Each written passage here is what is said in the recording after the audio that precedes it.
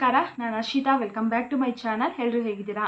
I hope ಎಲ್ಲರೂ ಚೆನ್ನಾಗಿದ್ದೀರಾ ಅಂತ ಭಾವಿಸಿ ಇವತ್ತಿನ ಒಂದು ವಿಡಿಯೋನ ಸ್ಟಾರ್ಟ್ ಮಾಡ್ತಾ ಇದ್ದೀನಿ. ಈ ಒಂದು ವಿಡಿಯೋದಲ್ಲಿ ಗೃಹಲಕ್ಷ್ಮಿ ಯೋಜನಾ ಹಣಕ್ಕೆ ಸಂಬಂಧಪಟ್ಟ ವಿಷಯದ ಬಗ್ಗೆ ತಿಳಿಸ್ಕೊಡ್ತಾ ಇದ್ದೀನಿ. ಗೃಹಲಕ್ಷ್ಮಿ ಯೋಜನಾ 19ನೇ ಕಂತಿನ ಹಣ ಏಪ್ರಿಲ್ 2ನೇ ವಾರದಲ್ಲಿ ಬಿಡುಗಡೆ ಮಾಡ್ತೀನಿ ಅಂತ ಹೇಳ್ಬಿಟ್ಟು ಲಕ್ಷ್ಮಿ ಹೆಬ್ಬಾಳ್ಕರ್ ಮೇಡಮೇ ತಿಳಿಸಿದ್ರು. 2ನೇ ವಾರ ಕೂಡ ಆಲ್ರೆಡಿ ಸ್ಟಾರ್ಟ್ ಆಗಿದೆ. ಇನ್ನು ಮುಗಿಯೋದಕ್ಕೂ ಕೂಡ ಕೇವಲ ಇನ್ನೊಂದು 2 ದಿನ ಅಷ್ಟೇ. ಹಾಗಾದರೆ ಹಣ ಯಾವಾಗ ಬರುತ್ತೆ? ಇವಾಗ ಫೈನಲ್ ಆಗಿ ಒಂದು ದಿನಾಂಕನೂ ಕೂಡ ಫಿಕ್ಸ್ ಆಗಿದೆ ಹಣ ಬಿಡುಗಡೆ ಆಗೋದಕ್ಕೆ. ಯಾವ ದಿನಾಂಕದಂದು ಬಿಡುಗಡೆ ಆಗ್ತಾ ಇದೆ ಅಂತ ಹೇಳ್ಬಿಟ್ಟು ತಿಳಿಸ್ಕೊಡ್ತೀನಿ. ಹಾಗೆ ಈ ತಿಂಗಳಲ್ಲಿ ಗೃಹಲಕ್ಷ್ಮಿ ಯೋಜನಾ 4,000 ಕೊಡ್ತೀವಿ ಅಂತ ಹೇಳ್ಬಿಟ್ಟು ತಿಳಿಸಿದ್ದಾರೆ. ಅಂದರೆ 19ನೇ ಕಂತಿನ ಹಣ, 20ನೇ ಕಂತಿನ ಹಣ ಒಟ್ಟಿಗೆ 4,000 ಈ ತಿಂಗಳಲ್ಲಿ ಕೊಡ್ತೀವಿ ಅಂತ ಹೇಳಿದ್ದಾರೆ. 19ನೇ ಕಂತಿನ ಹಣ ಏನೋ ಈ ತಿಂಗಳಲ್ಲಿ ಈ ವಾರದಲ್ಲಿ ಬಿಡುಗಡೆ ಮಾಡ್ತೀವಿ ಅಂದರು. ಹಾಗಾದರೆ 20ನೇ ಕಂತಿನ ಹಣ ಯಾವಾಗ ಬಿಡುಗಡೆ ಆಗುತ್ತೆ, ಅದಕ್ಕೂ ಏನಾದರೂ ದಿನಾಂಕ ಫಿಕ್ಸ್ ಆಗಿದೆಯಾ ಅಂತ ಹೇಳ್ಬಿಟ್ಟು ಈ ಒಂದು ವಿಡಿಯೋದಲ್ಲಿ ಕಂಪ್ಲೀಟ್ ಆದಂಥ ಮಾಹಿತಿನ ತಿಳಿಸ್ಕೊಡ್ತಾ ಇದ್ದೀನಿ. ವಿಡಿಯೋನ ಸ್ಕಿಪ್ ಮಾಡಿದೆ ಕೊನೆವರೆಗೂ ನೋಡಿ. ವಿಡಿಯೋ ಸ್ಕಿಪ್ ಮಾಡ್ತಾ ನೋಡ್ತಾ ಹೋದರೆ ನಿಮಗೆ ಮಾಹಿತಿ ಕ್ಲಿಯರ್ ಆಗಿ ಅರ್ಥ ಆಗಲ್ಲ. ಸೊ ಹಾಗಾಗಿ ವಿಡಿಯೋನ ಫ್ರಮ್ ಬಿಗಿನಿಂಗಿಂದ ಎಂಡಿಂಗ್ವರೆಗೂ ಫುಲ್ ವಾಚ್ ಮಾಡಿ. ಹಾಗೆ ನೀವೇನಾದರೂ ನನ್ನ ಚಾನಲ್ನ ಫಸ್ಟ್ ಟೈಮ್ ನೋಡ್ತಾ ಇದ್ದೀರಾ, ಹೊಸದಾಗಿ ಏನಾದರೂ ನನ್ನ ಚಾನಲ್ ನೋಡ್ತಾ ಇದ್ದೀರಾ ಅಂದರೆ ಪ್ಲೀಸ್ ಅರ್ಷಿತಾ ಯೂಟ್ಯೂಬ್ ಚಾನಲ್ನ ಸಬ್ಸ್ಕ್ರೈಬ್ ಮಾಡ್ಕೊಳ್ಳಿ. ಹಾಗೆ ಈ ಒಂದು ಮಾಹಿತಿ ಇಷ್ಟ ಆದರೆ ಪ್ಲೀಸ್ ಲೈಕ್ ಮಾಡಿ. ಬನ್ನಿ ವಿಡಿಯೋನ ಸ್ಟಾರ್ಟ್ ಮಾಡೋಣ.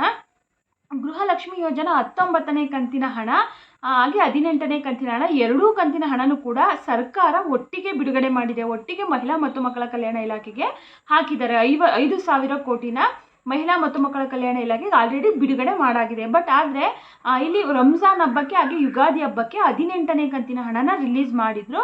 ಇವಾಗ ಪ್ರೆಸೆಂಟ್ ಮಹಿಳಾ ಮತ್ತು ಮಕ್ಕಳ ಕಲ್ಯಾಣ ಇಲಾಖೆನಲ್ಲೇ ದುಡ್ಡಿದೆ 19ನೇ ಕಂತಿನ ಹಣದ್ದು ಕೂಡ. ಸೊ ಹಾಗಾಗಿ 19ನೇ ಕಂತಿನ ಹಣನ ನಾವು ಏಪ್ರಿಲ್ 2ನೇ ವಾರದಲ್ಲಿ ಖಂಡಿತವಾಗ್ಲೂ ಬಿಡುಗಡೆ ಮಾಡ್ತೀನಿ ಅಂತ ಹೇಳ್ಬಿಟ್ಟು ಲಕ್ಷ್ಮಿ ಹೆಬ್ಬಾಳ್ಕರ್ ಮೇಡಮೇ ತಿಳಿಸಿದ್ರು. ಸೊ ಇವಾಗ ಏಪ್ರಿಲ್ 2ನೇ ವಾರ ಕೂಡ ಸ್ಟಾರ್ಟ್ ಆಯಿತು. 2ನೇ ವಾರ ಮುಗಿಯೋದಕ್ಕೂ ಕೂಡ ಹತ್ರ ಬರ್ತಾ ಇದೆ. ಇವತ್ತು ಗುರುವಾರ ಆಗಿರೋದ್ರಿಂದ ಶುಕ್ರವಾರ, ಶನಿವಾರ, ಇನ್ನೊಂದು 2 ಡೇಸ್ ಹೋದರೆ ಏಪ್ರಿಲ್ 2ನೇ ವಾರನೂ ಕೂಡ ಮುಗಿದೋಗುತ್ತೆ. ಹಾಗಾದರೆ ಯಾವಾಗ ಬರುತ್ತೆ? ಅವರೇ ಹೇಳಿದ್ರು 2ನೇ ವಾರದಲ್ಲಿ ಕೊಡ್ತೀನಿ ಅಂತ ಹೇಳ್ಬಿಟ್ಟು. ಬಟ್ ಅದು ಇನ್ನೂ ಮುಗಿಯೋಕ್ಕೆ ಬಂದರೂ ಯಾವಾಗ ಕೊಡ್ತಾರೆ, ಇನ್ನೂ ಅದ್ರ ಬಗ್ಗೆ ಏನೂ ಅಪ್ಡೇಟ್ ಬರ್ತಾ ಇಲ್ವಲ್ಲ ಅಂತ ಹೇಳ್ಬಿಟ್ಟು ಕಮೆಂಟ್ನ ಮಾಡ್ತಾ ಇದ್ದಾರೆ.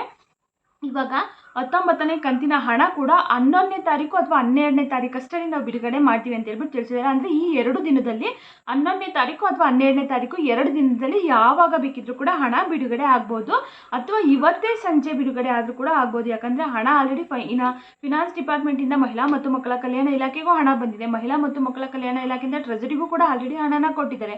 ಸೊ ಹಾಗಾಗಿ ಯಾವ ಸಮಯದಲ್ಲಿ ಬೇಕಾದರೂ ಹಣ ನಿಮ್ಮ ಖಾತೆಗಳಿಗೆ ಜಮಾ ಆಗ್ಬೋದು.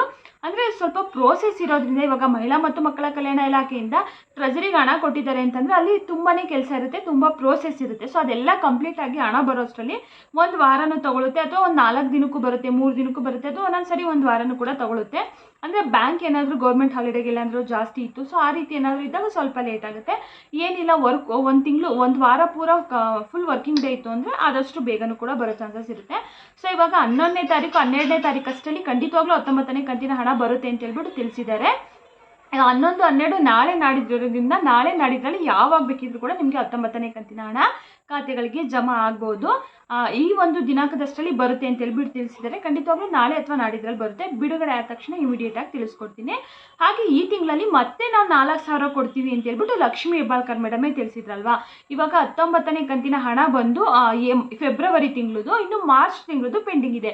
ಮಾರ್ಚ್ ತಿಂಗಳ ಹಣ 20ನೇ ಕಂತಿನ ಹಣ. ಸೊ 20ನೇ ಕಂತಿನ ಹಣನೂ ಕೂಡ ಇದೇ ತಿಂಗಳಲ್ಲಿ ಕೊಡಬೇಕು. ಯಾಕಂದರೆ ಮಾರ್ಚ್ ತಿಂಗಳು ಅಂದರೆ ಅವರು ಲೆಕ್ಕದ ಪ್ರಕಾರನೇ ಇವಾಗ ಈ ತಿಂಗಳು ಮುಂದಿನ ತಿಂಗಳು ಕೊಡಬೇಕಾಗುತ್ತೆ.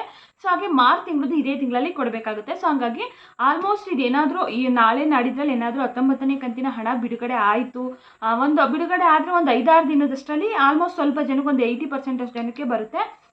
ಅಥವಾ ಪ್ರೋಸೆಸ್ ಏನಾದರೂ ತುಂಬ ಸ್ಪೀಡ್ ಇತ್ತಂದರೆ 1 ವಾರದಷ್ಟರಲ್ಲಿ ಎಲ್ಲ ಫಲಾನುಭವಿಗಳಿಗೂ ಕೂಡ ಕ್ಲಿಯರ್ ಆಗಿಬಿಡುತ್ತೆ.